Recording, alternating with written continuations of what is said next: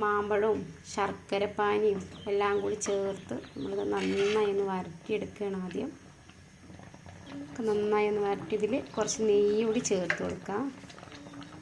ഇനി ആ നെയ്യിൻ്റെ മണമൊക്കെ ഇങ്ങനെ ഇതിലേക്ക് പിടിച്ച് വരുന്ന വരെ ഒന്ന് വേവിക്കാം. അരപ്പ് റെഡിയാക്കാൻ കുറച്ച് തേങ്ങയും അല്പം മഞ്ഞൾപ്പൊടിയും മുളക് പൊടിയും കുറച്ച് തൈരും ചേർത്ത് നന്നായി ഒന്ന് അരച്ചെടുക്കാം.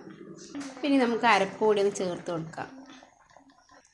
നമുക്ക് അല്പം ഉപ്പും കൂടി ചേർത്ത് ഒന്ന് നന്നായി തിളപ്പിച്ചെടുക്കാം. അപ്പോൾ നെയ്യിൽ തന്നെ നമുക്ക് ഇതൊന്ന് തൂമിച്ചെടുക്കണം. നമ്മുടെ മാമ്പഴ പുളിശ്ശേരിയൊക്കെ നന്നായി ഇവിടെ സെറ്റായിട്ടുണ്ട്. ഇതിലേക്ക് നമ്മൾ